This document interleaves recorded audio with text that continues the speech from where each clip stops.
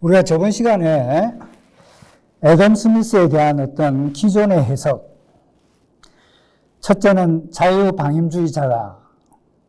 그리고 둘째는 소위 자본가의 미덕을 갖다 칭송한다. 그리고 자본 축적을 옹호한다. 그리고 이제 네 번째, 소위 제소국가론자다. 물론 자유방임론자와 제소국가는요, 일맥상통합니다. 원래 자유방임론자들이 하는 게 국가의 임무가 개인의 생명과 재산과 자유를 지키는 데 국한한다. 이게 제소국가거든요. 그래서 이제 자유방임론자라고 할 경우에는 일반적으로 거의 대부분의 경우에 소위 제소국가론으로 흘러 들어가게 됩니다. 그런데 제 강의에서는 이러한 해석이 너무 협소하다. 적어도 우리가 도덕 감정론을 갖다가 독해할 경우에 이러한 해석은 문제가 있는 해석이다라고 이제 이야기를 갖다 했죠. 자, 이제 그 정도 이제 여러분들이 그걸 갖다가 이제 기억을 하시고, 이번 시간에는 적어도 이제 도덕 감정론이 개인적인 어떤 행위의 적정성에 관한 기준을 갖다가 논의한다라고 할지라도 그 역사적인 배경에는 적어도 상업사회의 도래, 그리고 상업사회가 가져다 주는 긍정적인 측면, 또 다른 한편으로는 부정적인 측면에 대한 소위 고민의 결과, 아담 스미스는 적어도 도덕 감정론을 집필한다. 그리고 아담 스미스는 상업사회가 초래하는 그 부정적인 그런 요소들을 인간의 도덕 감정을 통해서 소위 극복하고자 한다. 이렇게 됩니다. 그래서 우리가 먼저, 이번 시간에는 스미스의 고민은 18세기 상업사회. 18세기에 적어도 아담 스미스가 살고 있었을 때는요, 자본주의라는 말을 잘 안 쓰고 상업사회라는 말을 갖다 씁니다. 이 시기는 적어도 우리가 볼 때, 산업자본주의가 발전하기 전의 어떤 단계다라고 이렇게 볼 수 있죠. 그래서 상업사회에 대한 논의가 적어도 스코틀랜드의 계몽주의 철학자들 사이에서 굉장히 활발하게 진행된다. 이거죠. 자, 그래서 스미스의 고민은 적어도 18세기에 상업사회의 어떤 빛, 긍정적인 측면이죠. 그리고 그림자, 부정적인 측면이죠. 이에 대한 어떤 논의를 갖다가 하면서 적어도 출발점은, 스미스가 가장 크게 본 출발점은 사회 질서, 그리고 어떤 사회적인 어떤 번영, 이런 것들의 일반적인 원리가 어디에 있느냐라고 이렇게 질문을 합니다. 이 질문은 그 밑에도 적혀 있지만 소위 good life, 소위 행복한 삶 또는 선한 삶에 관한 탐구다. 이런 탐구를 갖다가 적어도 아담 스미스는 도덕 감정에 대한 인간의 도덕 감정에 관한 논의로부터 시작을 갖다가 하고 있다라고 이렇게 보시면 됩니다. 자, 그래서 먼저 우리가 상업사회의 빛과 그림자에 대해서 한번 이야기를 갖다가 해봐야 되겠다 이거야. 그 전에 여러분들이 적어도 이제 도덕 감정론은요, 도덕 철학에 있어 가지고 제가 4가지로 구성되어 있다고 그랬죠. 도덕 감정론은 윤리학을 하나의 도덕 감정론으로 출간했습니다. 그리고 이제 마지막에 정치 경제학에 관한 연구는요, 소위 국부론으로서 그 빛을 보게 된다 이거죠. 물론 도덕 감정론이 국부론보다는 17년 전에 일찍이 출간되기는 하지만 그건 하나의 정체로서의 한 부분들을 갖다가 형성한다 이거야. 그래서 먼저 적어도 아담 스미스는 정치 경제학의 목적을 어디에 두고 있느냐, 이게 사실 상당히 중요합니다. 왜 중요하느냐? 그 아담 스미스는 그냥 국부론 이렇게 하니까 국가부를 갖다가 정대시키는 거. 그래서 아담 스미스는 소위 국부론의 제1장에서 분업으로부터 출발한다. 그래서 우리가 국가의 부를 갖다가 어떻게 증대시키느냐. 이게 가장 주요한 논점인 것처럼 사람들이 해석을 하는데 사실은 아담 스미스의 정치 경제학의 목적은 이것은 제 단독 해석이 아닙니다. 소위 원문에 입각해서 이야기를 합니다. 그 처음에 보면은 소위 국민들에게 풍부한 수입이나 생활 자료를 제공한다. 정치 경제학의 목적은요. 이걸 다시 이야기하면은 국민을 잘 살게 한다는 거예요. 잘 살게 한다는 겁니다. 이거. 그냥 우리가 뭐 자본가의 미덕을 갖다 칭송한다, 자본 축적을 한다 이런 어떤 이야기가 아니에요. 그래서 국민들에게 풍부한 수입이나 생활자료, 뭐 생활자료는 생필품을 이야기를 하겠죠. 생활자료를 제공하는 것이다. 그리고 두 번째 나오죠. 공공서비스를 공급한단 말이에요. 국가는 적어도 국민을 위해서 공공서비스를 갖다가 제공하기 위해서는요, 재원이 있어야 된다. 자, 다시 말해서 세금을 받아야 된다. 그래서 공공서비스를 공급하는데 충분한 수입을 국가에 제공한다. 그래서 세금 내시오 이거야. 우리가요 일반적으로 국가가 세금을 거둔다라고 한단 말이에요. 그런데 보통 일반적으로 국민들이 세금을 거두는 그 자체에 소위 그걸 갖다가 비난하는 게 아닙니다. 세금이 어느 정도로 소위 공적인 목적을 위해서 사용되는가. 내가 낸 세금이 공적인 목적을 위해서 사용되지 않을 때, 다시 말해서 공공서비스를 제공하지 못할 때 이거죠. 세금을 어디에 쓰느냐라고 이제 국민들이 비판을 하게 되는 거죠. 그래서 공공서비스를 공급하는데 충분한 수입을 국가에 제공한다. 그 세금을 받아야 된다. 그 다음 세 번째 나오죠. 세 번째. 국민과 국가 모두를 부유하게 한다. 이거. 왜? 여러분들 자꾸 국부론 한다고 해가지고 국가 부의 증대가 주 관심사다. 그게 아닙니다. 아담 스미스는요, 재화를 왜 생산하느냐? 재화를 갖다 생산하는 궁극적인 목적은 뭐냐? 생산 그 자체를 위해서, 자본을 축적하기 위해서 아닙니다. 소비에 있다. 이거야. 누가 소비합니까? 그 사회 구성원이. 그래서 정치 경제학의 목적은 국민과 국가 모두를 부유하게 한다. 상당히 중요한 이야기입니다, 이게. 그 아담 스미스를 갖다가 놓고 말이야. 우리나라에서는 여러분들 잘 아시겠지만 수출 지향이죠. 성장 개념이단 말이에요. 원래 경제는요, 경제학은 보면은 하나의 축은 성장이고 하나는 분배입니다. 유럽의 어떤 정치 경제학은요, 일반적으로 유럽의 정치 경제학은요, 소위 분배입니다, 분배. 배분이단 말이에요. 그런데 복지국가 할 때 그게 뭡니까? 그 배분하는 거야. 생산된 재화를 갖다가 사회 구성을 위해서 얼마만큼 잘 배분하느냐. 이게 목적이에요, 이게. 그런데 적어도 이제, 우리와 같은 경우는 사실은 너무 성장 위주의 어떤 경제학을 이야기를 갖다가 하고 있더라 이거야. 그거는 사실은 우리나라에서 그래서 이제 우리나라에 있어서의 소위 소득의 양극화는요 굉장히 심각한 수준입니다, 여러분들. 자, 그래서 애덤 스미스도 국민과 국가 모두를 부유하게 한다. 이게 정치 경제학이 뭐예요? 꼭 여러분들이 알고 계시라고. 이거는 제가 단독으로 막 해가지고 비약적인 논리를 구사해서 말하는 게 아니고 국부론에 있어서 보면은 원문에 그대로 적혀 있습니다. 정치 경제의 목적은. 다시 한번 아담 스미스에 있어서 정치 경제의 목적은요. 국민들에게 풍부한 수입이나 생활 자료를 제공한다. 국민이 잘 살아야 돼. 그리고 공공 서비스. 자, 보세요.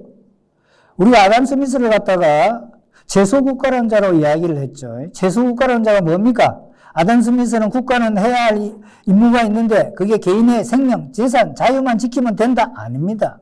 공공 서비스를 공급한 충분한 수입을 국가에 제공한다. 그러면은 재원을 받았죠, 국가는. 그럼 뭘 해요? 사회 구성을 위해서 공공 서비스를 제공한다.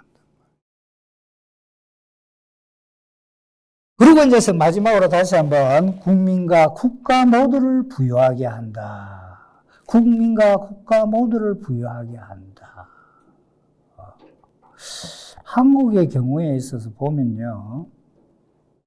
우리나라에서 뭐 경제에 관해서 막 이야기를 할 때 대기업에서의 1분기 흑자가 얼마고 적자가 얼마고 이런 걸 갖다 주로 이야기를 하죠. 사실은요, 국민의 입장에서는 그게 중요한 게 아닙니다. 그거는요, 우리나라에서 이 보도가 기업 위주야. 모든 이 기업 위주다. 자, 벤츠가 여러분들 또 독일에 벤츠가 있죠. 그리고 아우디가 있죠. 폭스바겐이 있죠. 그걸 해서 1분기 흑자가 적자가 벤츠가 폭스바겐이 아우디가 얼마다 이거 막 대수특별하지 않아요. 요번에는 적어도 성장이 몇 프로인데 이것을 갖다 또 어떻게 배분할 것인가. 그런 겁니다. 물론요, 자본주의 경제에 있어서 성장이 전혀 필요 없다라는 이야기는 아닙니다. 일방적으로 성장 위주의, 성장 중심의 어떤 사고는 사회 구성원의 복지를 위해서 그렇게 바람직하지 않다는 게 제 생각입니다. 자, 그래서 이제 우리가 애덤 스미스에서 정치 경제학을 갖다가 이제 받고, 꼭 여러분들이 이걸 기억을 갖다가 하셔야 된단 말이에요. 자, 그렇다면은 이제 본격적으로 상업사회는 적어도 상업사회, 18세기 상업사회의 도래와 함께 상업사회는 사회 구성원들에게 어떠한 혜택을 가져다 주었느냐, 이거예요. 첫째는요, 물질적인 풍요로움이다. 이거예요. 상업사회. 물질적인 풍요로움이다. 그리고 두 번째로는요, 개인의 자유를 신장시켰다라고 애덤 스미스는 이야기를 하고 있습니다. 자, 여기서 보세요. 다시 한번 스코틀랜드 계몽주의 철학자들은요, 상업사회의 도래와 함께 상업사회가 가져다주는 소위 빛과 그림자에 대해서 굉장히 활발히 논의를 해요.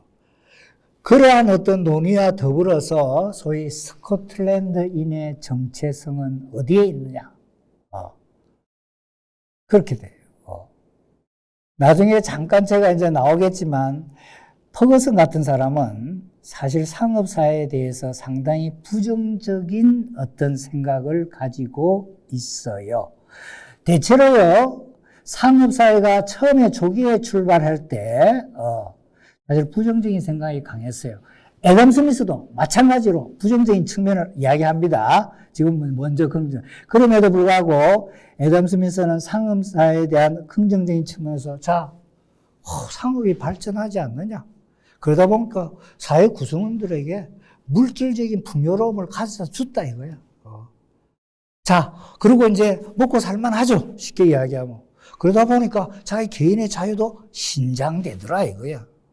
두 가지로 봅니다. 상업사회가 가장, 우리가 크게 보면은. 자, 그런데 이제 애덤 스미스가 이제 거기에 대해서 우리가 부연 설명으로서 밑에, 우리가 사회제도에서 가장 중요한 것은요, 여기 나오죠. 애덤 스미스도 마찬가지예요. 애덤 스미스도. 우리가 생활을 하지 않습니까? 그러다 물질적인, 잘못했네. 필요입니다, 필요. 물질적인 필요가, 물질적인 욕구가 있죠. 그걸 생산해야 된다. 그리고 또 생산한 걸 가만히 가지고 있습니까? 배분을 해야죠. 그렇죠? 이게 사회 제도를 결정하는 가장 중요한 요소로 애덤 스미스도 마찬가지로 보고 있어요. 그 밑에 애덤 스미스가 인류의 역사적 발전 단계를 쭉 네 가지로 나누었죠. 이거는요, 물질의 발전이에요. 물질을. 그래서 애덤 스미스는요, 유물론자입니다. 유물론자. 역사 발전을 물의 발전을 내 관점에서 본단 말이에요.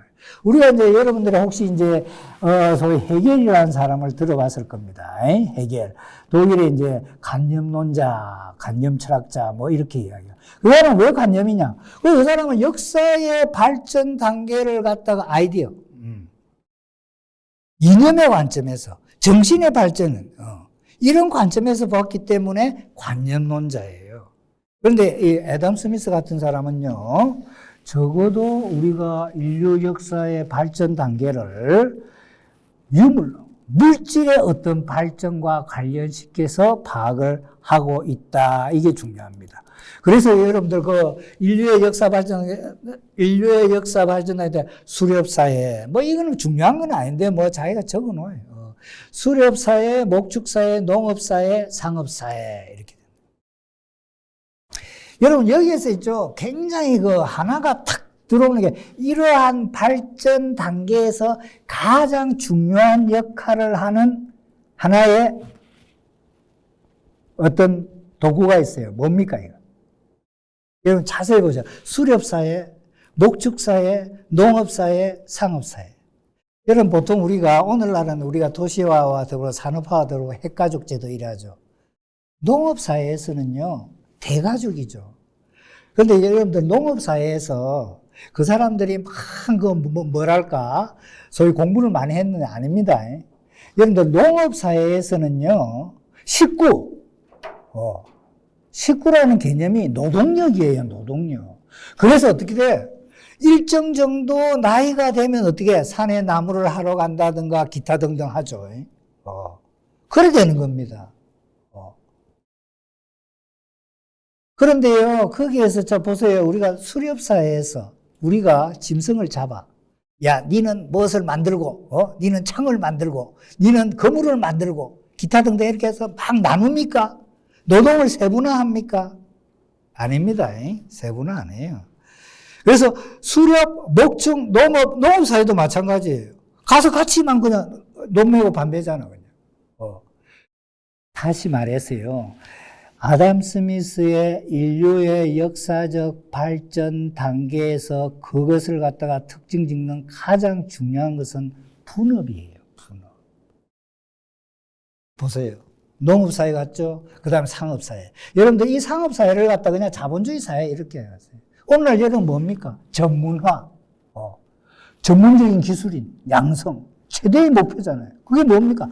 다 갈라치기 하는 거야. 사실 여러분들 요즘에는 팔방미인 필요 없어요. 하나만 잘하면 됩니다. 자본주의가 더욱더 고도화 되면 될수록 하나에 대해서 아주 전문화돼요. 노동의 세분화예요. 그래서 이게 발전하면서 보니까 이거 안 된단 말이에요. 자, 아담 스미스가 국부론에 제일 처음에서 보잖아요.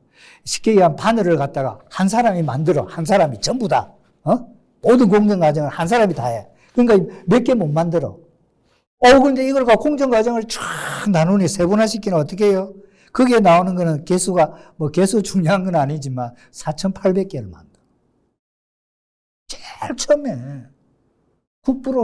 나는요, 국부론을 갖다가 볼 때, 국부론은 앞에 초반만 보지 뒤에 거 별로 없어요. 내가 이걸 강의하고 나서 나는 유튜브를 잘 안 보는 사람이에요. 그래서 도대체 뭔 소리 하고 있나 딱 보니까, 아담 스미스의 칭찬 일색이 들어. 성서 이래, 성서 다음으로 최고의 책, 국부론. 그리고 교변문고를 딱 가보니까 전부 국부론만 있어. 도덕감정은 별로 없어. 내가 분명히 이야기를 하지만 나는 도덕감정론도 내 필요에 의해서 읽었고 국부론도 읽었어요. 나는 아담 스미스의 책을 갖다가 읽으면서 아담 스미스의 옛날 사람들이 대체로 10,000년째입니다. 굉장히 길어요. 아마 내가 그런 식으로 강의하면 전부 다 나가버릴 거야. 아유, 뭔 보고. 그냥 간단한 거 딱 이거다. 이렇게 하면 될 건데. 제가요, 사실 이 개인적인 거지만 또 사람에 따라서 또 다를 수 있고, 그러나 제 개인적인 어떤 감정을 이야기한다면은 도덕 감정론도 그렇고 국부론도 그렇고, 나는 국부론은 다 안 읽었어요. 뒤에 보니까요, 뭐 어떤 신뢰를 들면서 말하는데 아무 필요도 없어. 도덕 감정론은 1759년에 1세가 발간돼요. 1790년까지 6세가 발간돼요. 약간 수정을 하고 첨가를 하고. 애덤 스미스가 내가 아는 관점에서는 국부론을 갖다가 다시 좀 이래 하려다가 집어치웠어요. 우리나라에 국부론회가 상하회가 막 나와 있죠. 뭐 그것도 책도 뭐 엄청 두껍죠. 그 중요한 부분이 있습니다. 중요한 부분. 나는 체크를 해. 내가 논문을 갖다가 내가 그때 쓸 때, 그 부분만, 이것만 보면 된다. 그래서 체크를 했어. 다른 부분 필요가 없어요. 그런데, 이 보니까, 유튜브에 보니까 성서 이래로 최고의 성서 다음에 최고의 책이라고. 제가 첫 시간에 이야기했죠. 내가 아마 저런 책을 갖다 저렇게 썼으면은 다른 지금 한국의 학자들이 어떻게 생각해? 야, 뭐 이런 구질구질하게 많이 썼냐 그런 소리 할 것 같아. 모르겠어요. 그래서 나는 여러분한테 국본을 1페이지부터 끝까지 다 읽어봐라고 절대 권하는 사람 아닙니다. 도덕 감정론도 마찬가지예요. 책은요, 여러분들 책을 읽을 때, 뭐, 수업 시간 아주 좀 더, 책을 읽을 때 중요한 부분이 있어요, 포인트가. 여러분 보시라고. 나는 집으로 갑니다. 이랬어요. 그런데 책이라는 게 이제 이걸 약간 막 부연 설명을 하죠, 그죠? 근데 핵심 포인트는 어디에? 집으로 간다는 거예요. 그게 이제 부연 설명을 하는 거야. 그래서 여러분들은, 우리 그러잖아. 키워드 하는데 그게 대지주인데 그것만 딱 파악해가 연결시키면 돼요. 제가. 할머니부터 뭐, 선생님 제가 책을 읽었는데 이 문장을 이해 못해. 나는 그러면 그런 질문을 받으면 나도 이해 못한다. 이해하지 말아요. 그걸 어떻게 내가 그 사람이 쓴 거를 일일이 다 이해합니까? 그리고 참 쓰잘데없는 말도 많은데. 그러니까 여러분도 책을 읽을 때 모든 책이 마찬가지입니다. 모든 책이. 딱 보고 이 부분을 착착 쳐나가면서 읽어야 돼요. 자, 그래서 이제 아담 스미스는 역사 발전 단계론을 갖다가 이야기할 때 아까 그랬죠. 사회 제도를 갖다가 결정하는 가장 중요한 요소가 뭐라 했어요? 물질적인 필요를 생산하고 분배하는 거야. 그러면은 여기 역사 발전 단계에서 제일 중요한 건 뭐냐? 생산과 분배 방식이에요. 생산과 분배 방식입니다.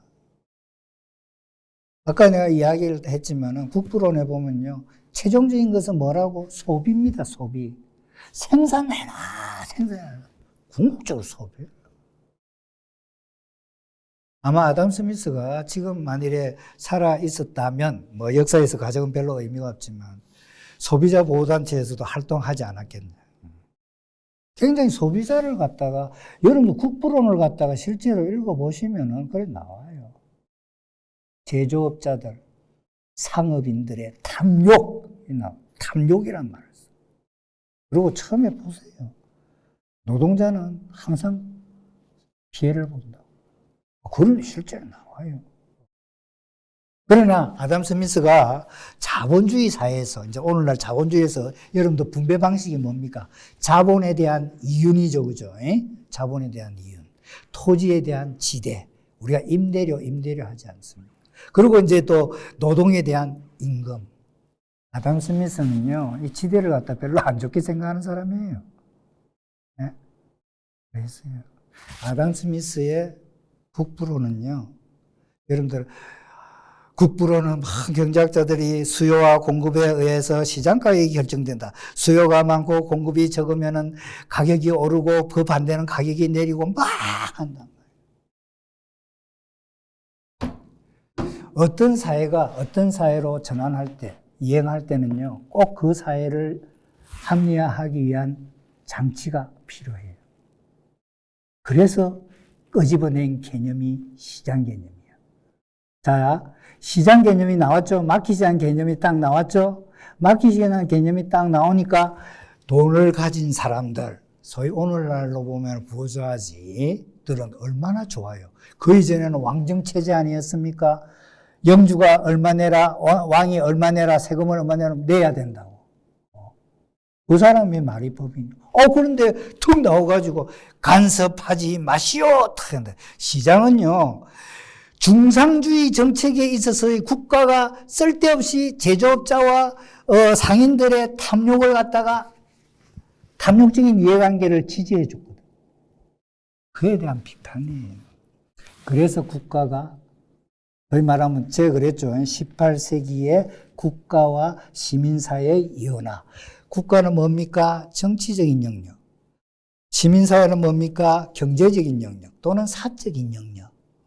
자, 사적인 영역에서 자유롭게 자신들의 이익을 갖다가 추구하는데 왜 네가 간섭하니 이거야. 왜 네가 감냐니. 우리는 도덕 감정을 가지고 그리고 이성을 가지고 합리적으로 행위하는데 어디에서? 시장이라는 공간이에요. 그게 보이지 않는 손이단 말이에요. 여러분들이 굉장히 합리적으로 이성적으로 다 알아서 탁탁 둘러서 해. 그런데 내가 쓸데없이 야 이거 해 저거 해 저거 이거 하지 마 이러는단 말이야. 그걸 싫어하는 거야. 그래서 아담 스미스는 경제에 대해서 국가가 간섭하는 것을 반대하는 사람이에요. 그래서 자유무역을 주장하는 거예요. 알겠어요? 그런 의미에서 이 자유무역, 아담 스미스가 나오는 자유무역은요, 중상주의에 대한 비판이야. 그 국부론에서도 중상주의에 대한 비판이 나와요. 여러분 잘 아시겠지만 16세기에 영국에서 중상주의가 발전하죠. 그래서 어때요? 절대 왕정 체제에서 이거야. 정치자. 정경유착은 오늘날 있는 게 아닙니다, 여러분들. 오늘날. 국가가 있죠. 절대 왕정이 있죠. 상인이 있죠. 해상무역을 통해서 돈 벌었죠. 자, 헌게 상인이 탁 돈을 갖다 줘. 왕한테 쉽게 이야기하고. 그래서, 야, 우리 상업을 좀 보호해달라. 해적만 나면 안 되잖아. 그렇다 하는 거야, 이렇게. 그러면서 어떻게 돼요? 상인이 거의 독점적인 이익을 추구하는 거야. 그래, 누가 피해를 봅니까? 소비자. 그래서 애덤 스미스가 중상주의를 굉장히 싫어하는 겁니다. 그래서 자유무역을 주장하는 거예요. 내가 이런 걸 갖다 왜 자꾸 설명하냐. 아담 스미스는 뭐 국가 간섭 없이 자유무역을 갖다 주장했다. 이런 식으로 여러분들이 뭔가를 갖다 이해하면 안 돼. 그 역사적인 맥락을 파악을 해요. 사회가 변했어. 18세기에 지금. 그럼 사회를 위한 새로운 사회 조직 원리가 필요해. 그게 나오는 게 시장 개념이야. 나중에 국부론과 관련해가지고 보이지 않는 손에 대해서 내가 자세하게 설명할 겁니다. 그냥 내가 그때 첫 시간에도 이야기했죠. 보이지 않는 손은요, 애덤 스미스가 자기 저서를 통틀어서 3번 딱 적어. 3번. 막 아담 스미스 많이 적은 것 같죠? 3번 적어요.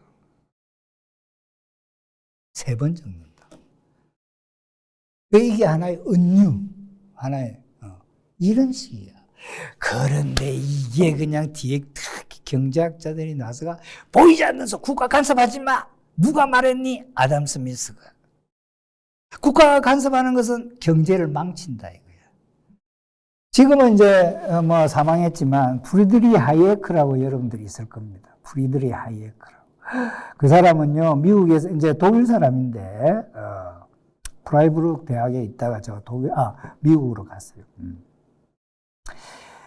저 하이에크 같은 사람은요, 내가 알기로 적어도 경제학자 중에서 미국 정부로부터 가장 많은 연구비를 받았어요. 그러니까 뭐 하이에크나 이런 사람들이 추종자들이 많지. 하이에크가요, 어떤 이야기를 하는지 압니까? 그 하이에크가 덜 먹이는 사람이 누구냐? 적어도 이 아담 스미스야. 아담 스미스는 이렇게 해석했다, 저렇게 해석했다 라고 하면서 그러면서 시장은 자연스럽게 생겨난 질서야. 자연적인 질서야. 자연적인 질서를 왜 사람이 이래라 저래라 하는 이거야.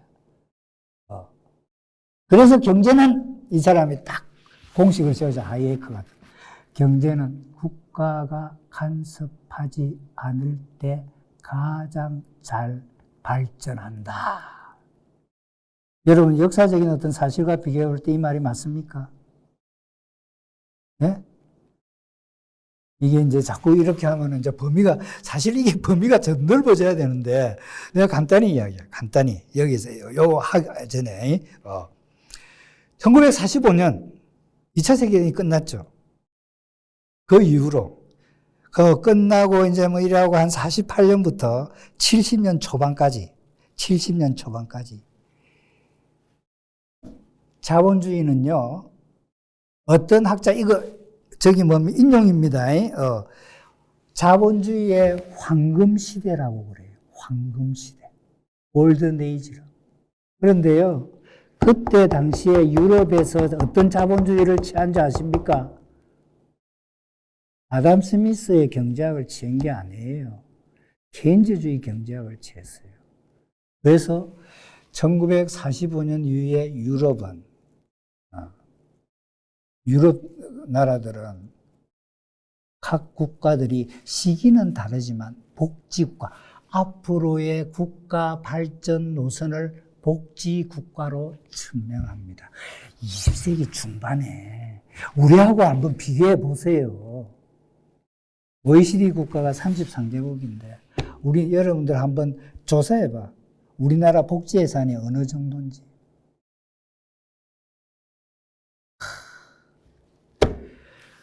수출하면 뭐합니까? 아까도 수출하면 뭐합니까? 생산, 분배. 그래서 이제 70년대까지 그때 개인주의 정책이에요. 그러다가 이제 70년대, 73년에 제1차 석유 파동이 일어나거든요. 석유값이 1배럴당 한 3배 정도가 올라가요. 3배 정도가 올라가요. 한 11달러인가 하다가 한 30달러인가 하는데 하여튼 약 3배 정도 돼. 정확한 건 나도 잘 모르겠어요.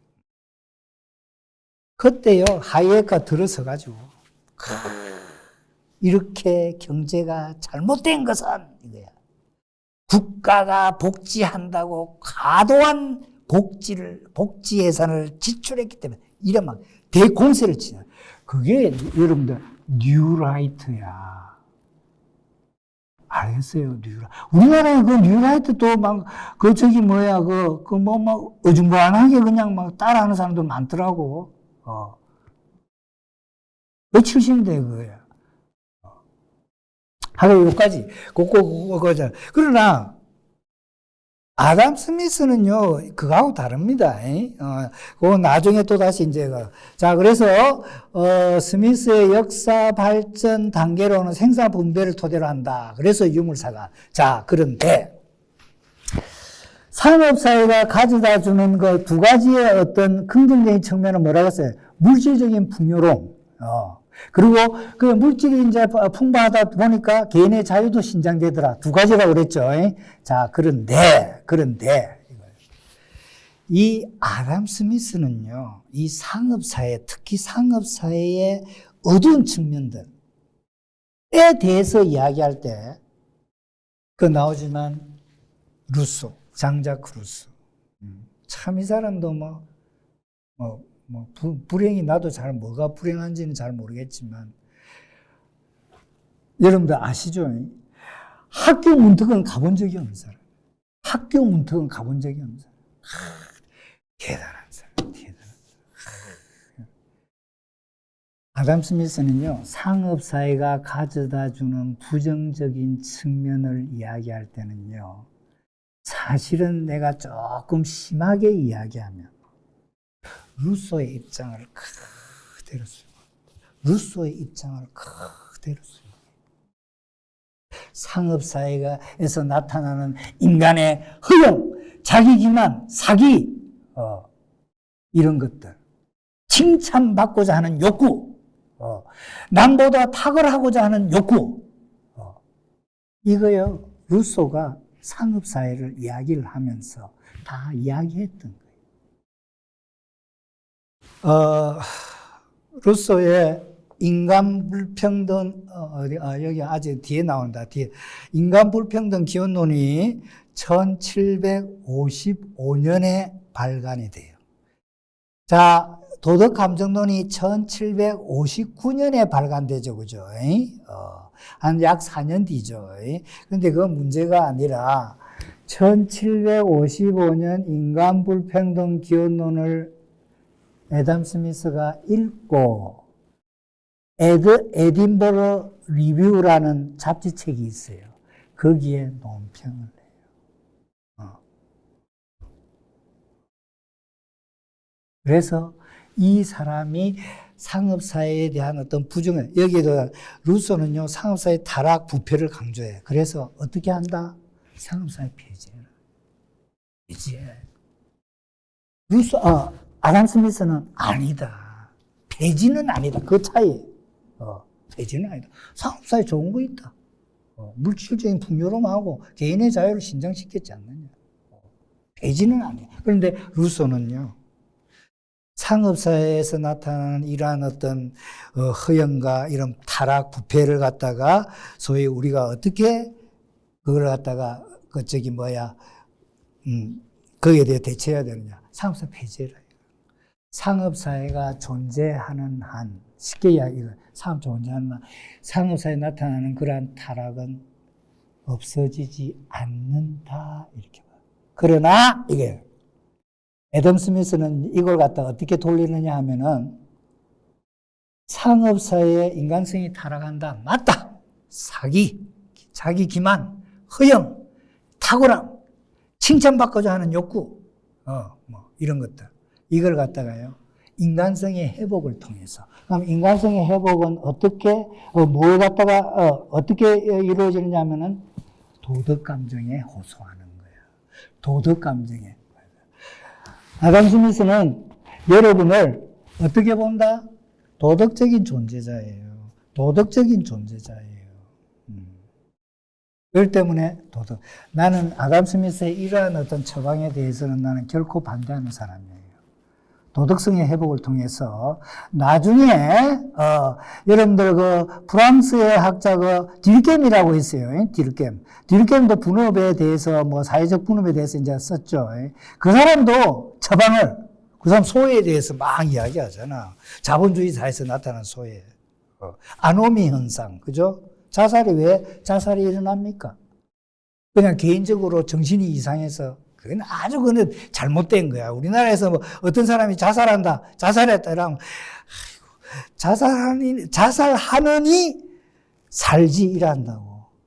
여러분들 자살은요, 굉장히, 타나토스, 소위 여러분들 정신분석학자 뭡니까? 누구? 갑자기 내가 사람 이름이 생각이 안 난다. 오스트리아의 정신분석학자 누구죠? 예? 칼융 말고. 프로이트. 아이고, 그 사람이 있어요. 프로이트. 프로이트의 타나토스, 사람은 어떻게 돼? 타나토스를 향해 가는 거야. 죽음을 향해 가는 거야. 그런데 여러분들 자살은요, 디르켄도 마찬가지. 자살은 단지 개인적인 어떤 병이 아니라 그 어떤 사회 속에서 그 사람의 존재 가치를 못 느끼는 거예요. 그래서 택하는 게 그거예요. 그런 걸 갖다가 그냥 도덕성을 회복한다. 그런데 딜켄도 그렇게 이야기하거든. 도덕성 회복을 통해서 우리가 소외를 극복하자. 나는 그런 해결책은 받아들이지가 않네. 그건 안 돼. 별로 현실성이 없어. 우리가 도덕감정론에 나중에 이제 하나하나의 선행이나 정의나 자제나 기타 등등 도덕감정론에 대해서 이제 강론으로 들어가겠지만, 아담 스미스는 그런 것들을 갖다 통해서 이제 상호작용을 통해서 이제 어떻게 해라 하는데 나는 그렇게 나 봅니다. 하여튼 간에, 자, 그래서 루소 같은 사람은 인간성 회복을 위해 상업사회를 갖다 폐지시키라 이러는 거예요. 내가 왜 루소를 갖다가 덜명했다고 그랬죠? 애덤 스미스는 상업사회의 부정적인 측면을 이야기할 때 루소의 입장을 그대로 가져온다. 그래서 여러분들 루소, 이 이야기들은 루소의 인간 불평등 기원론에 다 나오는 이야기들입니다. 인간 불평. 그래서 이제 루소의 어떤 입장을 갖다가 받아들인다. 자, 여기 나오죠. 스미스는 이거죠. 상호사회의 타락과 병폐에 관한 루소의 입장을 상당 부분 수용한다. 상당 부분, 거의 다 수용한다고 보면 되죠. 나도 완곡하게 표현한 거지, 좀. 상소하고, 그리고 이제, 그러나, 이거야. 루소는 안 된다. 여러분, 내가 한 가지 물어볼게요. 루소의 자연으로 돌아가라. 무슨 뜻이에요? 루소의 자연으로 돌아가라. 네?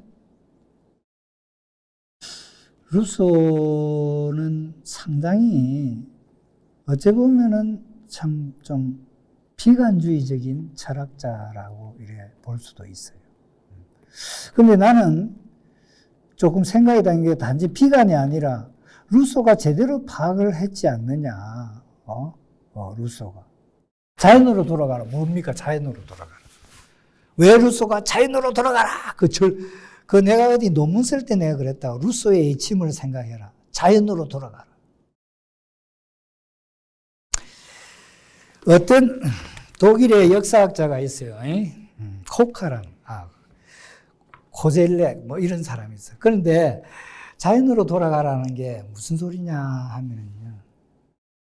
여러분들 사회계약론이라고 들어봤어요. 사회계약론. 참 우리나라에서 내가 정치학을 하고 사회과학을 해서 그런 게 아니라 우리나라 고전, 우리나라 고전도 있고 서양 고전에서 나는 필독서 대학이라면 적어도 이런 거에 대해서 책을 읽던가 과목은 있어야 되지 않겠느냐라고 생각하는 사람이에요. 고전 중에서. 아니, 고전 그거 돈도 안 되는데 그거 합니까? 보세요. 17세기 지금 이야기했죠. 18세기에 스미스 그대로 따라 하잖아요, 지금. 물론 사회만 과학기술의 발전에 이런 건 변화했지만 토대는 어디예요? 똑같아요. 그래서 살아남는 거예요. 어떤 이론이요. 이게 그냥 시공을 초월해가 계속 가는 이유는 적실성이 있기 때문에. 그래서 내가 우리가 고전이라고 할 때는 적실성이 있는 거야. 지금까지도. 그런 책들이에요. 그런데 이제 몇 개 나오는 것도 쭉 있어요. 예를 들어. 사회계약론이 들어가. 로크, 홉스, 루소. 지금 내가 하고자 하는 이야기는 뭐죠? 자연으로 돌아가라. 우리가 지금 한국이라는 사회 상태에 살고 있잖아요. 그런데 우리가 사회 상태 이전의 상태를 이 사회계약론자들은 자연 상태라 불렀죠. 그죠? 자연 상태라고 불렀다. 자연 상태는 역사적으로 실제로 존재하는 사회가 아닙니다. 이 사회 상태를 도출하기 위해서 자연 상태라는 것은 하나의 상정을 하는 거예요. 이론적인 도구예요. 그런데 아까 자연으로 돌아가는 뭐냐면 이 루소는요. 자연 상태가 인간이 가질 수 있는 가장 행복한 상태였어. 가장 행복. 그런데 탁 들어왔죠. 인간이 왜 불평등하게 됩니까? 재산, 소유권. 그래서 사회계약을 맺었어. 그래서 사회 속에서 문제가 나죠. 그럼 고친다고 막 떠들어. 그런데 또 했는데 또 다른 문제가 나. 또 고친다고 했어. 루소는 지금 봐. 상업사회의 타락을 위해서 상업사회 폐지하라고 그랬죠. 그죠? 그 안에서 백날 고쳐볼 필요 없다. 자연으로 돌아가는 것은 니들이 이제 소위 정치사회에서 살고 있죠. 사회상태 살고 있죠.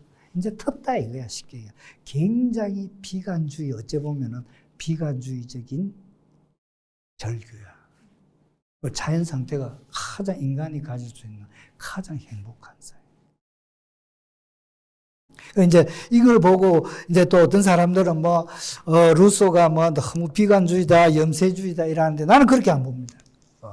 루소가 제대로 이 상업사회, 오늘날의 자본주의 사회를 제대로 보지 않았나, 이거예요.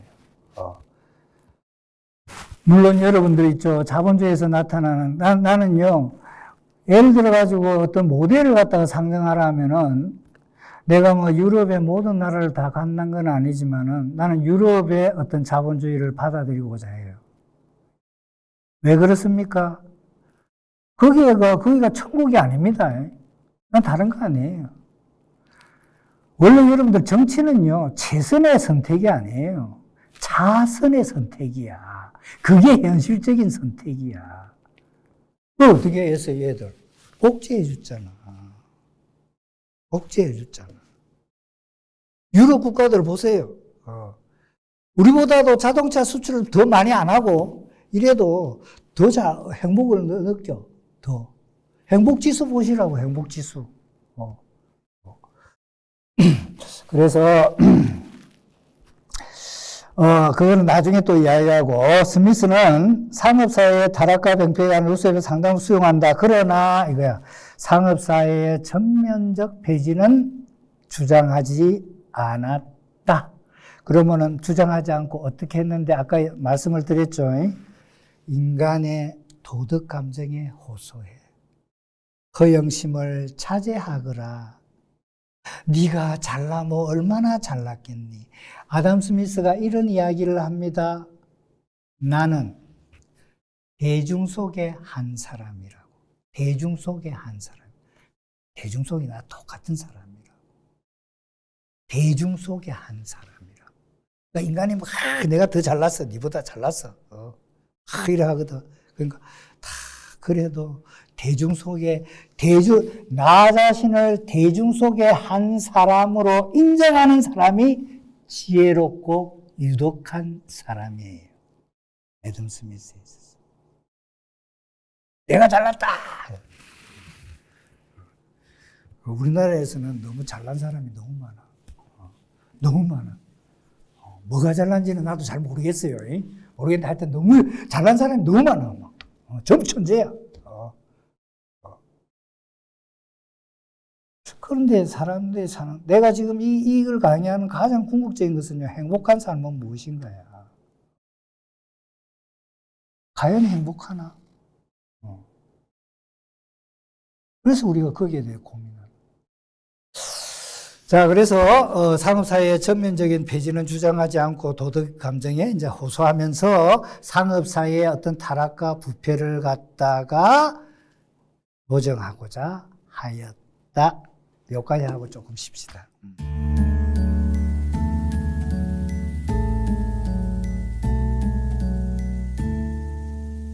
자, 그래서 스미스는 루소와는 달리 상업사회의 전면적인 폐지를 갖다가 받아들이지는 않았다. 그러면서 이제 나오죠, 이게. 이렇게 지금 상업사회에 대해서 아까 개인의 어떤 자유의 신장이나 물질적인 풍요로움 이제 이런 거 하는 거는요, 결국은 스미스가 중상주의에 대한 비판이야. 중상주의 정책. 중상주의는 자연적인 질서 체계가 아니야. 국가가 막 들어서 가지고 인위적인 거예요. 국가가 들어서서 상인, 그리고 제조업자들의 탐욕을 갖다가 추구해 주는 거예요. 그래서 아까도 얘기했지만 국가가 쓸데없이 간섭하지 마라 이렇게 나오는 거예요. 그래서 개념이 나오는 게 시장 개념이야. 가만히 놔두시오 이렇게 그렇게 나오는 거예요. 아담 스미스가 만일에 살아있어가지고 한국의 시장을 본다면 절대 시장 개념을 나는 인정한다고 생각하지 않습니다. 아담 스미스는요, 시장이라는 건 정말 이 기본적인 차원에서 굉장히 자연적인 거야. 어떠한 인위적인 어떤 간섭이 없어. 예? 그런 게 없는 거야, 이게. 아담 스미스가 경쟁을 이야기하죠. 경쟁을. 자, 여러분도 보시라고. 여러분들이 한국에서 뭐 정의란 무엇인가 뭐 이런 책이 그냥 막 엄청 또 많이 팔렸죠. 그런데 그 이전에 이제 정의론 해가지고 존 롤스라는 사람이 있어요. 존 롤스라는 사람이 이제 70년대 이제 정의라는 것을 갖다가 정치 철학에서 중심 하두로 이제 끄집어 온 사람이에요. 이 사람의 어떤 입장이 보세요. 자, 한 사람은 A가 있어요. 실제로. A가 있는데 부모를 잘 만나서. B가 있어. 부모를 잘 만났다, 못 만났다, 이 내 표현이 맞는지 잘 모르겠는데, 하여튼 간에 좀 덜 유복한 데서 태어났어. 그런데 이, 유복한 데서 자라는 들은 막 온갖 교육을 다 받아. 그렇지 않은 B는 그렇지 못했어. 자, 그러고 나서 자, 동일한 출발선상에 해가지고 경쟁하시오. 하면 이게 공정한 경쟁이냐 아니냐를 놓고 이야기해. 당연히 아니다. 그래서 존 롤스도 국가가 그러면 이 사람은 저기 돈이 없어서 대학을 못 갔다 이거야. 제대로 전문적인 지식을 갖다가 못 배웠다 이거야. 그럼 누가 해? 국가가 들어서 해. 그리고 그 다음에 나오는 게 뭐냐? 공정한 경쟁이에요. 공정한 경쟁. 공정한 기회가 주어지고, 공정한 기회가 주어졌죠? 그 다음에 경쟁이 나오는 거야. 무조건 경쟁해라. 이게 안 해. 그러니까, 사실은요, 아담 스미스 나중 국부론 대회 가면 독점 가격 있잖아요. 과점, 이런 거 되게 비판해요. 아담 스미스는. 그럼 자유로운 경쟁을 해치는 거야. 지금 이야기하는 건 뭐냐? 자, 보세요. 스미스. 부자연스럽고 대보적인 질서 강요하는 중상주의 정책 비판하고, 그 다음에 자기가 나오는 게 자연적인 자유체계. 이 속에서 여러분은요, 마음껏 그걸 같아요. 마음껏. 정말 마음껏 자기 능력을 갖다가 펼치는 거예요. 아담 스미스가 상업사회의 하나의 타락을 이야기할 때 상업사회에서 잘 되고자 한다면 능력이 자기가 가진 능력이 아니라 뭐라고 그랬어요? 자기가 원래 진짜 가진 능력이 아니라 성공과 출세를 위해서는 나와요. 아첨하는 능력이다. 아첨을 잘해야 돼요. 그러니까 벌써 이게 18세기 이야기에 벌써 나오잖아. 그래서 이제 궁중 대신들 출세를 성공하고 출세한단 말이야. 그 사람은 아담 스미스가 볼 때는 저 능력이 있어 그런 게 아니고 줄 잘 썼다 쉽게 그냥. 그런 사람들은 칭찬받기를 자기가 칭찬받을 대상이 아님에도 불구하고 칭찬받기를 좋아한다. 자기의 공적이 아님에도 불구하고 자기의 공적인 것처럼 이야기를 한다. 그런데 참 이 아담 스미스의 도덕 감정론을 내가 읽으면서 느낀 게 뭐냐면은 아담 스미스는 더 과격하게 나아가지를 않아요. 일정 정도 가다 거기서 딱 끊어버려. 이건 아니다.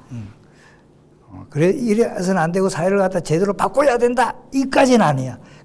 그게 스코틀랜드 계몽주의자들은요, 혁명 개념을 받아들이지 않아요. 혁명. 완전 혁명은 여러분들 사회 구조 전체를 확 바꿔버려. 이걸 안 받아요. 점진적인 계획을 둬. 그 개념. 그게 그들에 있어가지고 진보 개념이야. 진보 개념. 차근차근. 그래서 부자연스럽고 태보적인 질서를 강요하는 중상주의 정책을 비판하다. 그러면서 이제 이 사람이 쓴 거, 그 내가 다운표를 한 거는 아담 스미스가 원래 썼던 말이기 때문에 자연적 자유체계. 자연적 자유체계라는 개념을 쓰게 됩니다. 그리고 이제 그 상업사회는 그 뒤에 나오지만은 만인에게 물질적인 복지를 증대했다. 여기에서도 이제 내가 그때 이제 어떤 논문에서 이제 그런 이야기를 했죠. 아담 스미스는 상업사회가 가진 이점으로서 물질적인 풍요로움, 사회 구성원 전체에게 이 복지 혜택을 줬다. 그래 복지를 증대해. 그래서 내가 한 질문, 내가 나름 생각, 과연 그런가? 자본주의에서 정말로 모든 사람에게 물질적인 복지 혜택을 줬느냐? 그래서 복지가 증대되었느냐? 이 문제. 그래서 물론 내가 여기에서는 아담 스미스에 대한 어떤 노골적인 어떤 비판이나 이런 거는 그냥 생략하고 대충 아담 스미스가 한 이야기를 위주로 하겠지만 이런 부분은 여러분들이 생각해 봐야 된다. 풍요로워졌죠. 백화점 가보세요. 온갖 마트 가보세요. 온갖 상품이 다 널려 있지. 여러분들은 마음대로 가져올 수 있어요? 아니다. 엄청나게 물질적인 풍요로움은 있지.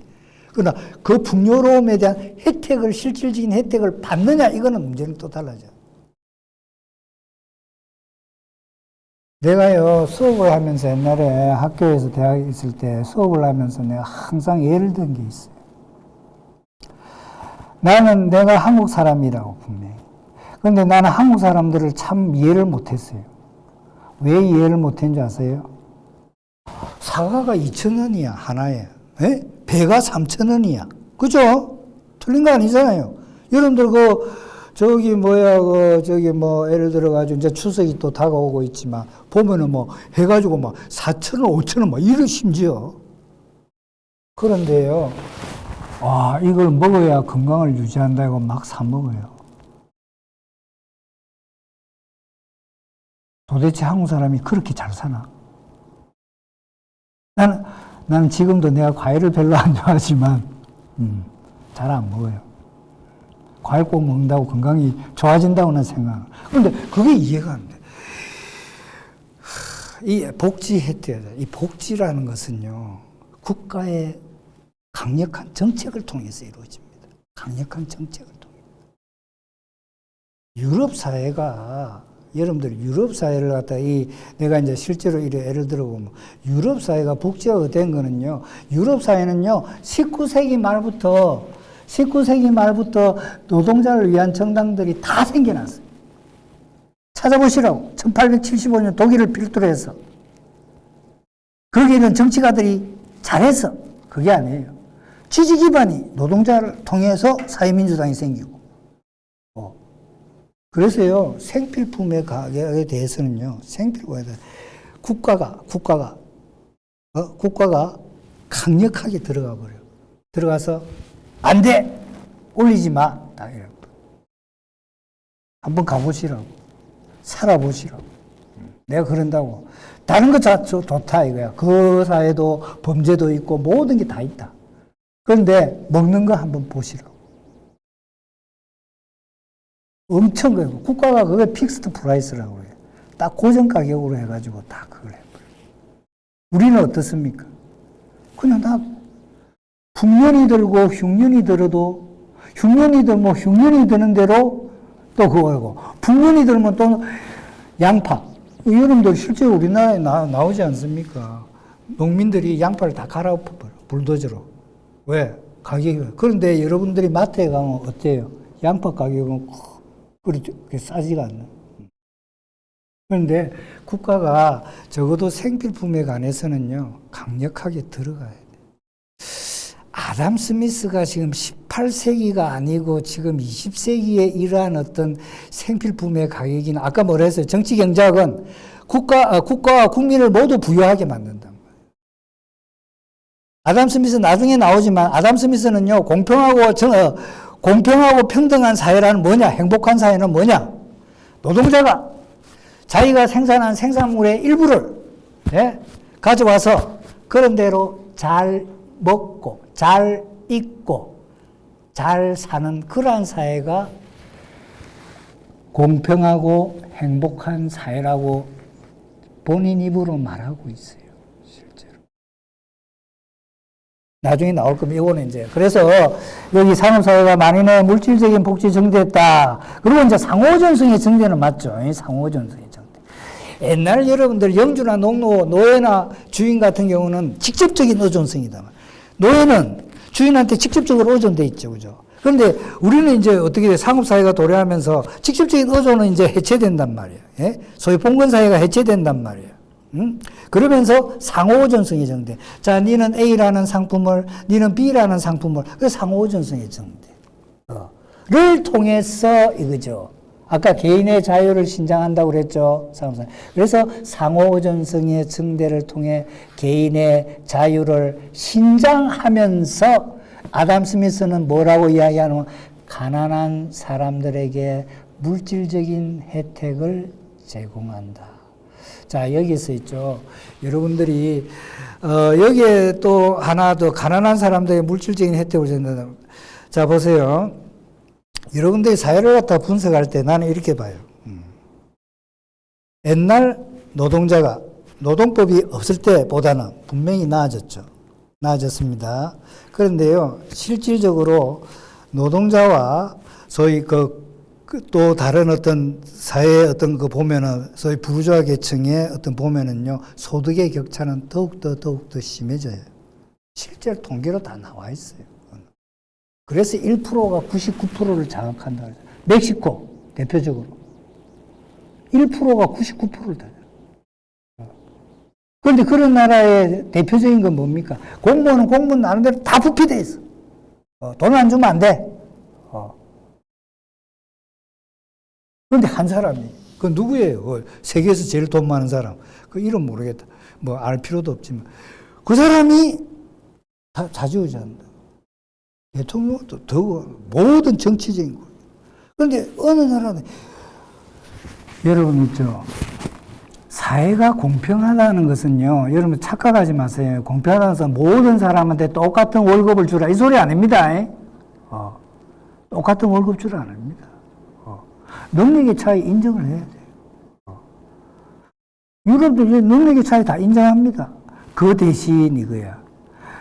네가 그렇게 많은 연봉을 받는 게 오로지 너의 능력 때문인가? 이렇게 캐셔마크거든.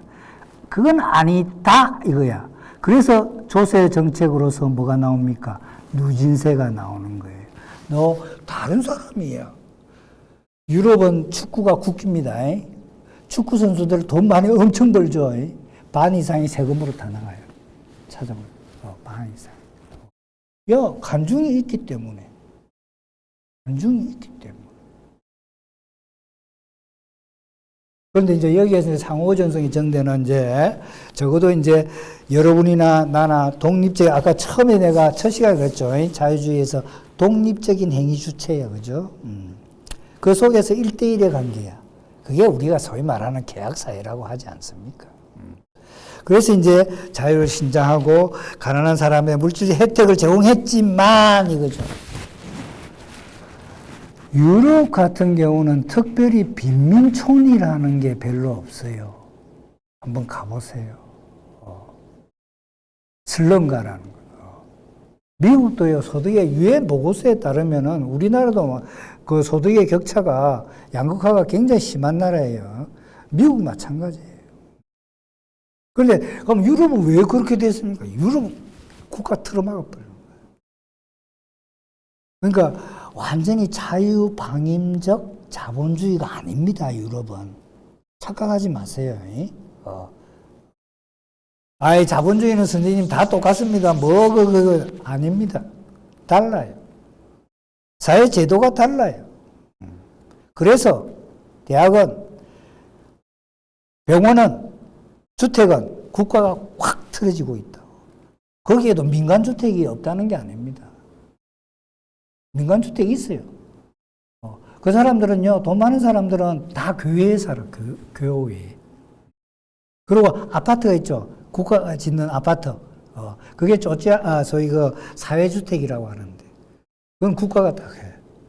그래서 이제 사람들을 갖다 불러들인다. 이걸 딱 틀어막아 버린다. 이거 뭐냐? 사회 소득의 격차가 심하면 심할수록 사회 균열 현상이 나타난다. 여러분들 있죠? 범죄는, 한국에서 나오는 범죄는요, 물론 100%가 그렇다라고는 말할 수 없지만 거의 대부분이 경제적인 범죄예요. 경제적인 범죄입니다. 얼마나 비극입니까? 물론 거기에는 아주 또 이상한 공공의 적으로 우리가 불릴 수 있는 경제적인 범죄도 있지만 보통 일반 사람들은 먹고 살기 위해서요. 국가가 그걸 갖다 빨리 해야 되는데 우리나라는 그걸 안 해. 나 제일 안타까운 게 그런 거야.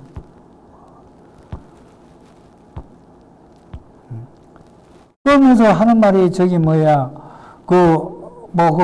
교수라고 하는 사람들이 나와가지고 아직까지 우리나라는 복지하기에 이런, 그럼 우리가 20세기 중반에 유럽보다도 못해? 말도 안 되는 소리를 하고. 복지는 정책이에요. 그걸 안 했어. 정말 돈 많아요, 우리나라. 우리나라 예산이 얼마입니까? 650조. 약 올해 예산이 하면 647인가 뭐 하여튼 650조. 엄청난 돈이야. 그런데 뭐 나이 든 사람들 혼자 있다가 죽고 뭐 하고 막 가만히 쳐다보고. 언제 그 밑에 나오죠. 그래서 하여튼 간에 스미스의 행복하고 공평한 사회는 이거야. 국민 전체의 의식주를 공급하는 국민 전체의 의식주를 공급하는 누가 합니까? 노동자. 물건 만들어야 되잖아. 물건 만들어야 되잖아. 노동자들이 이거야. 자기 생산물 중 자신의 몫으로 이거야. 그런 대로 잘 먹고, 그리고 잘 먹고 또 뭐냐? 잘 입고, 좋은 집에서,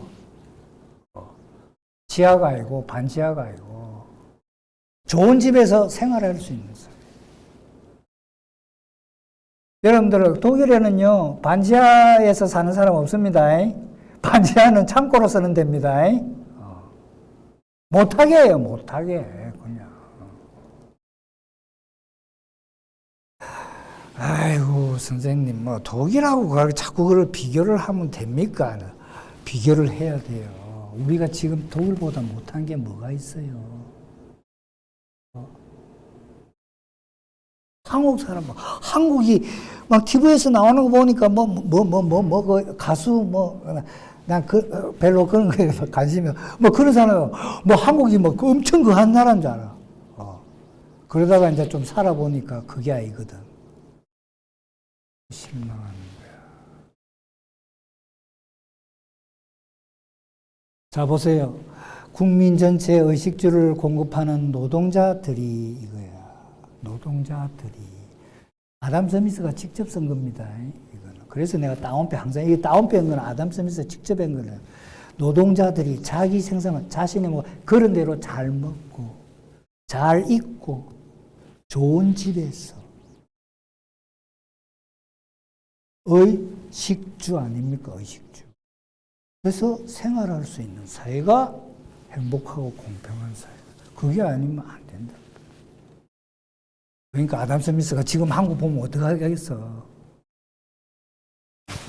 뭐 그냥 시장에다가 모든 걸 맡겨라 이런 소리 해? 안 해, 절대. 자, 그래서 좋은 집에서 생활할 수 있는 사회가 행복하고 옵니다. 그리고 이제 상업사회의 물질적인 혜택은 분업. 분업. 자본주의가요. 참 자본주의 경제체제라는 것은 효율적인 경제체제. 딱 니는 이거, 나는 이거 딱 만들어놨잖아. 그래서 세상은 그거 막 무슨 과 다 분리돼 있잖아. 그래서 니는 요것만 해, 니는 요것만 해, 죽을 때까지. 그래서 상업사회의 물질적인 혜택은 분업의 결과다. 그래서 국부론의 제1장의 제일 처음에 분업부터 시작합니다. 그리고 이제 전반적인 풍요가 사회의 모든 상이한 계층들에게 확산된다. 상당히 나는 이 점에 있어서 아담 스미스는 굉장히 낙관주의적인 것 같아. 그냥 이러하면은 전반적인 풍요가 사회의 모든 게 이래 되면 얼마나 좋아요. 참 좋죠. 모든 상이한 계층들에게 확산된다. 그런 범죄율도 굉장히 낮아질 거야, 진짜. 이렇게 분업에 대해서 이야기를 갖다가 했고, 그런데요, 여기 이제 나오잖아요. 보세요. 어느 사회든지 불평등은 존재해요. 어느 사회든. 그런데 잡아요. 여기 이제 아담 스미스 봐. 사회적 불평등보다, 이거죠. 사회 불평등보다 빈곤의 감소를 더 중요시했다. 빈곤의 감소. 불평등은 돈 많은 사람, 적은 사람 있다, 이거야. 그런데 빈곤은 감소시켜요. 참 중요한 말이에요.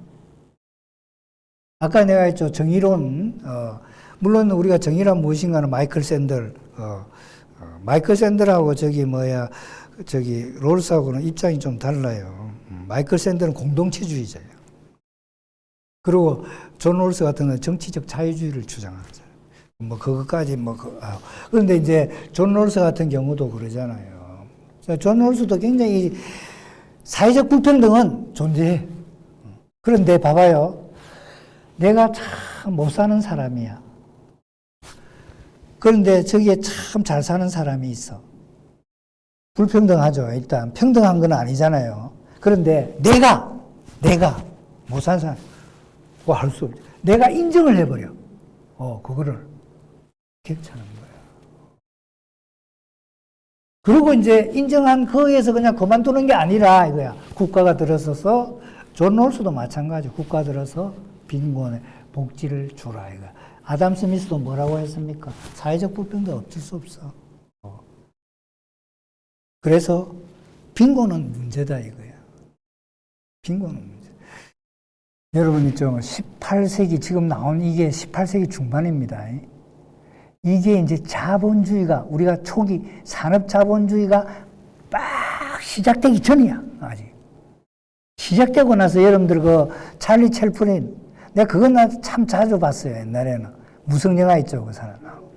그 사람 사회주의자예요. FBI의 감시 대상이었어요. 알겠어요? 여러분들 봐봐.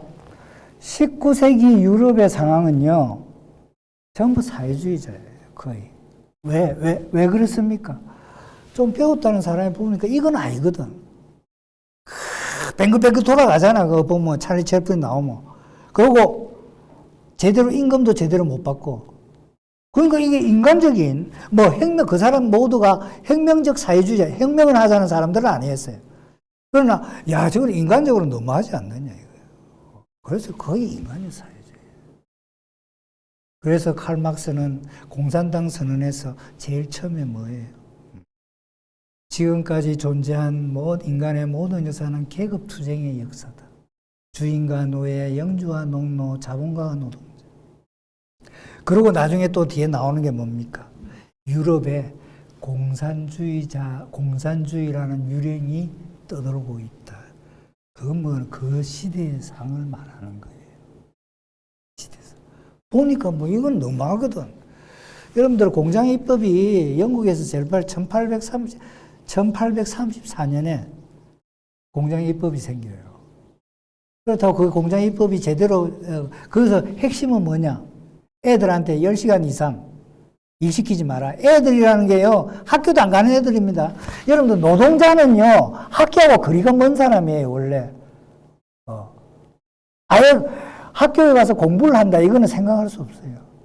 그냥 일정 정도 되죠. 그러니까 7살짜리, 8살짜리, 6살짜리가 막 있어요. 공장에 많아, 그것도. 그런데 그건 12시간 이상 시키거든. 그래서 1834년 공장입법에서 임산부. 어린아이는 10시간 이상 시키지 마라. 그래 나와. 그런데 그게 제대로 지켜지느냐? 안 지켜져. 제대로 안 지켜져. 그래서 계속 병들어져. 오늘 그 당시에 여러분들 있죠. 자본가를 묘사하는 만화를 보면은 자본가의 모습이 어떻습니까? 여러분들 그런 거 생각 안 해봤나? 자본가의 모습이 어때요? 뚱뚱하죠. 그죠? 노동자는 말라 비틀어졌죠. 오늘날 자본가의 모습은 어떻습니까? 날씬하죠. 내가 이런 말 한다고 노동자를 비하하는 건 아닙니다. 또 오해하면 큰일 난다. 그러니까 이게 자본주의 체제를 갖다가 폐지하는 게 아니지 않습니까? 유지하고 더욱더 더 그냥 크게 막 확대 재생산해야 되죠. 그러다 보니까 먹는 거 줘, 이거예요. 먹는 거 줘. 기본적인 생활 다 시켜줘. 그렇습니다. 체격들이 좋아요. 노동하려면 체격이 안 좋으면 안 돼요. 체격이 안 좋으면 다 좋은 거예요. 그리고 그러잖아요. 여러분들 벤츠 아시죠? 벤츠. 다임러 벤츠. 우리나라에 보이는 게 벤츠대. 여러분, 독일 가면요, 그렇게 새 차 벤츠가 별로 없습니다, 실제로. 그건 진짜로 잘 사는 사람들, 새 차. 나는 벤츠가 타고 싶어요 하면 20년 된 벤츠 그냥 그러거든. 없어요. 그럼 우리나라는 막 벤츠가 막 벤츠, BMW, 뭐 아우디, 폭스바겐 줄줄이 걷네, 줄줄이. 뭐 폭스바겐은 그건 또 치지도 않지 별로. 벤츠 없어요, 이제 그거는. 그런데 벤츠는요 총파업이 없어요. 내가 알기로 이때가 벤츠 회사는 슈투트가르트에 있는데, 슈투트가르트에 본사가 슈투트가르트에 있어요. 있는데 총파업이 없어. 노동자가 처음 걸개가 야 파업하자 이게 없었어. 왜 없은지 아세요? 얘들이 이제 임금 협상을 하잖아요. 거기에서 이제 노동자 또 자본가 이제 나오죠. 이야기를 하죠. 그래, 얼마?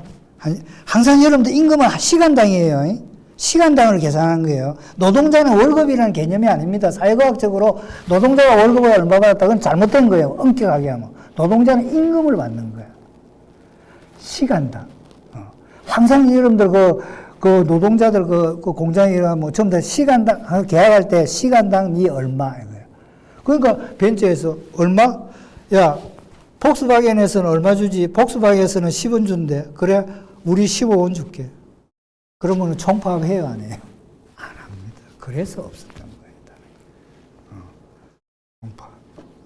벤츠에서 일하는 사람들은 상대적으로 임금이 높아요.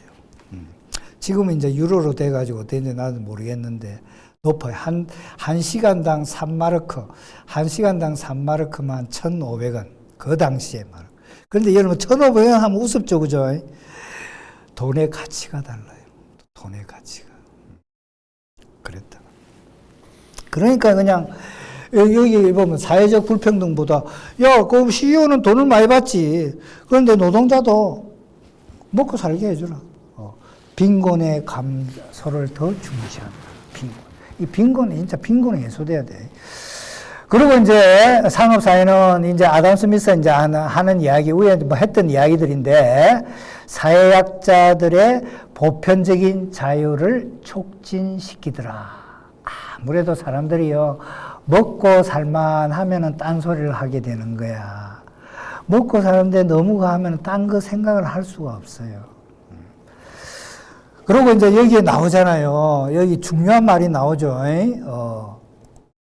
범죄에 대항하는 가장 좋은 수단이 뭐냐, 이거야. 범죄에 대항하는 가장 좋은 수단. 좋은 치안도 아니야. 좋은 법률도 아니야. 뭐라고 그랬죠? 자립 그 자체. 먹고 먹는데 아무런 문제 없게 말해요. 맞는 말 같지 않네요, 진짜. 좋은 법률이 얼마든지 만들고 실행이 안 되면 뭐예요? 좋은 치안? 그거 안 돼요. 그래서 자립 그 자체. 그래서 법학 강의, 물론 내가 이 강의에서는 도덕감정론과 국부론만 하지 법학 강의는 이야기를 안 하지만 그 여러분들 보시라고 법학 강의에서 이런 말을 해요. 자립을 유발하는 상업과 자립을 유발하는 상업과 제조업의 확립은 범죄를 예방하는 가장 좋은 정책이다. 자립을 유발하는 상업과 제조업의 확립은 참 이게 여러분들 있죠. 사회적으로 제조업이 활성화돼야 돼요, 원래. 제조업은요, 시너지 효과가요. 고용 창출의 효과가 크고 이런 게 크다고. 자동차를 만든다. 이거는 참 좋은 거야. 그래서 이런 이제 상업이 발전하고.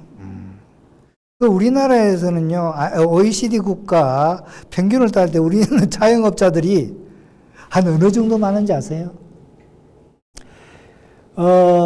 내가 지금 통계로 그게 몇 년도 통계인지는 내가 자세히 모르겠지만, OECD 국가의 자영업자에는 한 8% 정도가 돼요. 7, 8% 될 거예요.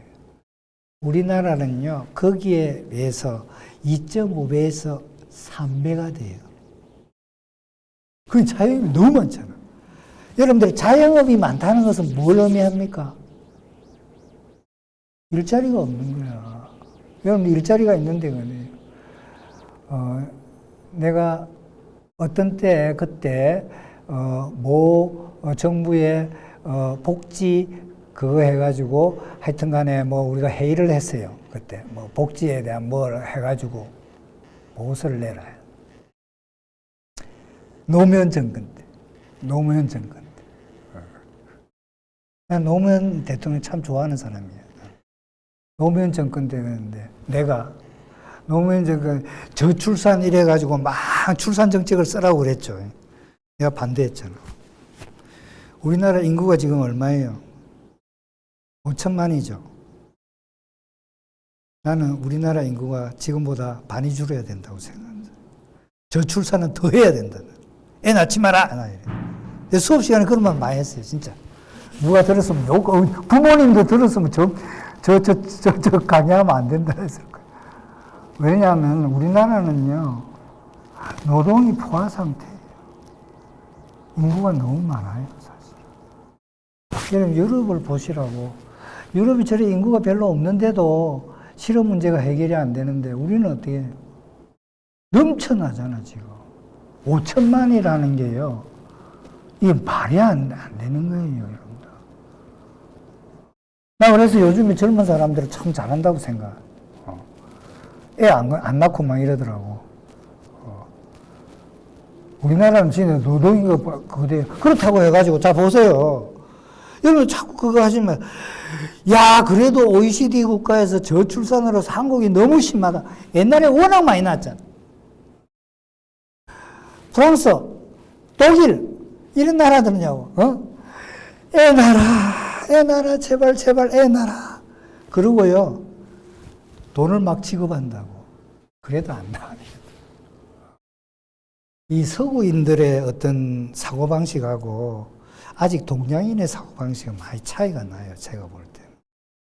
얘들은요, 현재의 삶 그 자체를 대단히 중요시 여기는 사람들. 뭐 나중에 내가 어떻게, 이거 필요 없어요. 그런데 우리는 나중에 2세. 일본 사람, 일본 부인, 일본 여자, 중국 여자, 한국 여자가 만나서 커피를 마시면서 대화를 해. 그런데 한국 부인은 표시가 나. 어떤 점에서 표시나는지 아세요? 이거 연구 결과예요.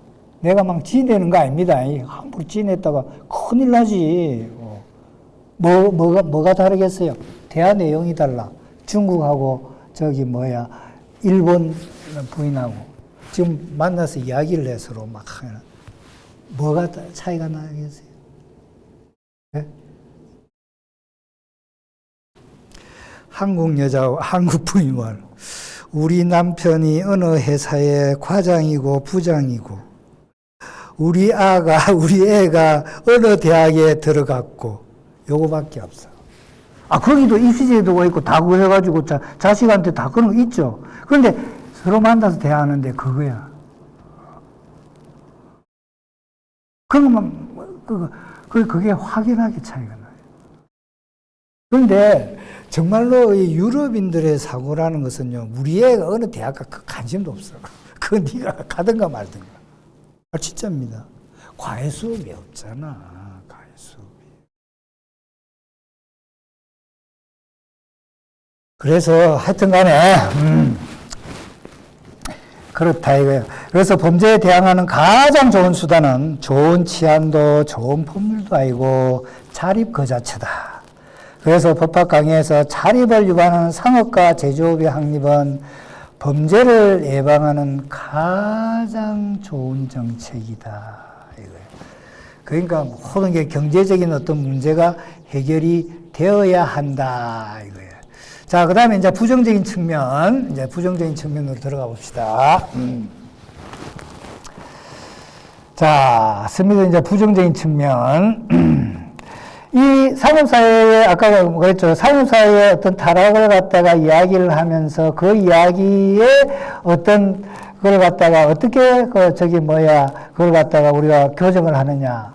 도덕 감정에 호소한다라고 이야기를 했죠. 그래서 이 상업사회의 부정적인 측면에 대한 애담 스미스의 논의는 미덕에 관한 논의로 이어져요. 논의로 이어진다 이거야. 그래서 가장 사정이 좋지 않은 사람들의 관점에서 이 사회를 옹호, 그리고 인간의 도덕 감정이 그 저변에 놓여 있고 미덕에 관한 논의로 연결된다 이거야. 그래서 질문을 던집니다. 아담 스미스가 상업사회에서 발생하는 타락은 무엇인가? 이렇게. 상업사회에서 발생하는 타락. 그런데 여기에서 이제 나오는 게 또 루소 아까 나왔죠. 루소. 그 스미스도 소위 루소의 인간 불평등 기원론에서 개진한 입장을 상당 부분 수용하고 있다. 그래서 루소가 심각하게 비판했던 게 인간의 이중성. 부장이 되게 싫어. 그런데 앞에서는 아유 부장님 대단하십니다 하고 뒤로 돌아서서는 꼰대 이렇게 돼요. 그래서 이게 루소도 기만, 이중성의 관점에서 상업사회 또는 상업적 근대성을 강렬하게 비판합니다. 그리고 보여요. 아까 아담 스미스에 있어서는 상업사회에 들어오면서 직접적인 의존성이 상호의존성으로 변했다. 농노가 영주한테 직접 의존하는 게 아니고 이제 그런 게 해체되고 서로가 이제 어떤 상품을 생산한다 뭐 한다 할 때 서로가 상호의존성의 관계에서 그렇더라 이거야. 그런데 루소는 이러한 개인적인 의존성과 그리고 상호적 이해관계에 기반한 사회가 모든 인간적인 사회의 악의 원천이야. 상호 의존성, 상호적인 이해관계. 이게 악의 원천이야.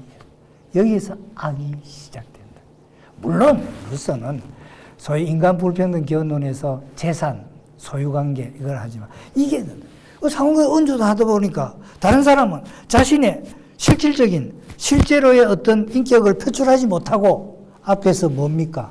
기만과 이중성만을 나타내더라.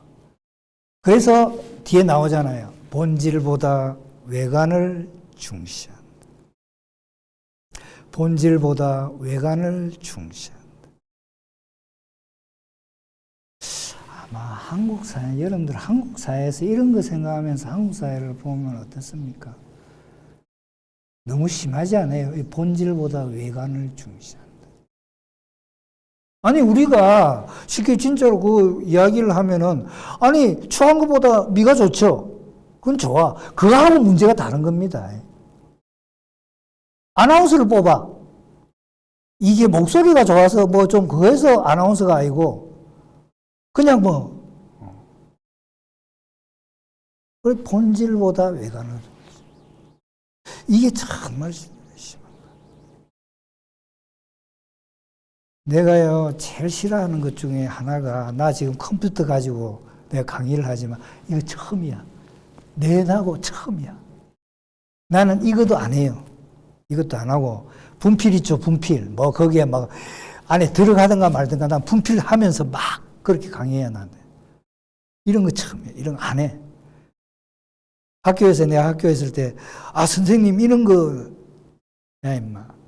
사회과학을 갖다가 도식화 시키지 마라. 네가 문장 만들고 다 해라. 이거 진짜 한 적 없습니다. 내 강의 들은 사람들이 꽤 많은데 아마 물어보세요. 나 이런 거 처음이에요. 그런데 여기에서는 분필을 못 쓴다 그러더라. 나는 분필을 찾고 이렇게 강의해야 하는데. 그게 좋아. 아날로그가 좋아. 컴퓨터 보면요, 내가 컴퓨터 잘 못 하거든요. 못해, 나 컴퓨터 몰라. 보기도 싫어. 내가 컴퓨터는 어디에 쓰느냐? 그걸 쓰는데. 지우기 쉽잖아. 그냥 싹 지워버리고. 그리고 막 이렇게 안 하니까 힘은 안 들죠. 그거 딱 쓰고 그냥 끝이. 그래서 나는 뭐 같은 거 잘 몰라. 나는 처음에 유튜브라는 말이 뭔지를 몰랐어, 사실은. 근데 유튜브 봐라. 그래서 유튜브가 뭔가. 그 정도요, 내가 큰 맹이었어, 진짜. 이거 딱 앉으면요, 오늘은 또 시간을 얼마나 허비하냐. 괜히 컴퓨터를 갖다가 뭐가 안 된단 말이야. 제일 싫어, 나 그래서. 그래서 내가 이거 하면은 우리 동생한테 내가 다, 네가 좀 해주라. 옛날에는 조교였을 땐 조교한테 야 네가 알아서 해 임마. 다. 이거는 것도 처음이야 나 사실은. 자, 그래서 본질보다 외관을 중시한다. 그런데 이제 이러한 것들이 결국은 사회적 관계를 갖다가 타락시킨다. 자, 그래서 루소가 여러분들 루소를 잘 들어야 돼요. 왜? 루소의 이야기를 갖다 스미스가 적은 거야. 애담 스미스도 본질보다 외관을 중시한다고 똑같이 이야기해요. 그러나 뭐 모든 인간적인 악의 원천이라고까지는 안 하지 또 항상. 그래서 루소는요 미개인하고 문명인을 갖다 비교를 해. 그런데 여기 결론을 먼저 말하면요 미개인은 지 뜻대로 해. 눈치 안 봐. 문명인, 시빌라이즈드 맨 했죠. 문명인은 어떻게 한다? 싹 앞에서 기만과 이중성, 표리부동을 행한다. 그래서 여기 이제 여기까지만 하고 이제 그만합시다. 자, 문명인 이것도 인간 불평등 기원론에서 나온 거. 여러분들 혹시 그 보다가 다운표 된 거는요. 내가 그 사람이 한 글을 갖다 그대로 원문을 갖다 인용한 거예요. 그렇게 아시면 돼요. 자, 세상 사람들이 이거야. 자기를 어떻게 보는지를 중요하게 생각하여. 아, 내가 오늘 이렇게 옷을 입고 가는데, 내가 이걸 사람들이 어떻게 볼까? 생각하여 자기 자신보다도 오히려 다른 사람들의 승언에서 행복과 만족을 느낀다. 인간, 이게 문명입니다. 좋은 게 아니야. 그래서 그게 또 계속 나오는 게 다른 사람들의 판단에 따라서만 다른 사람이 저 사람이 나를 갖다 이래 했는데 내가 저 사람이 나를 갖다 어떻게 생각할까 고민되네. 다른 사람의 판단에 따라서만 자기 존재의 감정을 느낀다. 루소에 있어서 이러한 문명인은 너무 서글픈 사람. 이러한 문명인은 자기의 기만과 사기, 이중성, 표리부동, 아첨하는 능력, 이런. 그런데 여러분들 성공과 출세하기 위해서는요, 아첨해야 됩니다. 만일에 그렇게 않고 내 뜻대로, 나는 내 뜻대로 살겠다. 그렇게 해요. 그런데 그거는 참, 살 때 참 힘듭니다. 그래도 뭐 그게 좋으면은 그렇게 하세요. 요까지 오늘 요까지만. 그래서 루소는 미개인 문명인하고 이제 남은 거는 다음 시간에 하고 중요한 부분들은 다 했어요. 요 뭐 뒤에 쭉 나오는 거예요. 어두운 그림자 이거예요. 그래서 다음 시간에는 이 남은 부분을 하고 그 다음에 이제 우리가 도덕 감정론에서 제일 처음 나오는 심파시 공감, 우리나라로 동감. 도덕 감정론은 공감에서 시작해요. 그거 이제 그거 들어갈 거예요. 자, 수고 많았습니다. 오늘 여기까지. 예.